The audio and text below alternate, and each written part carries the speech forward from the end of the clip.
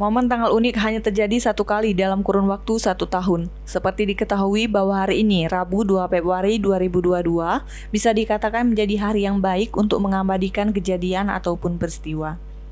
Ada beberapa bayi yang dilahirkan di Rumah Sakit Palembang bertepatan dengan tanggal tersebut, yakni tanggal 2 bulan 2 tahun 2022.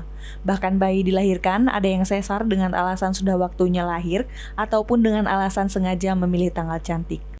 Staf Humas Rumah Sakit Umum Pemerintah Muhammad Husin Suhaimi dikonfirmasi mengatakan ada 3 bayi yang lahir secara sesar di Rumah Sakit Umum. Tadi pagi ada 2 ibu melahirkan secara sesar, memang itu sudah waktunya. Untuk siang ini yang dijadwalkan harusnya malam hari, tapi sudah melahirkan juga siang ini.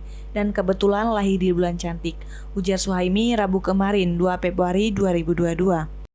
Tidak hanya di Rumah Sakit Umum, namun Humas Caritas Kresna Tuti dikonfirmasi mengatakan bahwa Rumah Sakit Caritas yang lahir di tanggal cantik ini ada 17 bayi.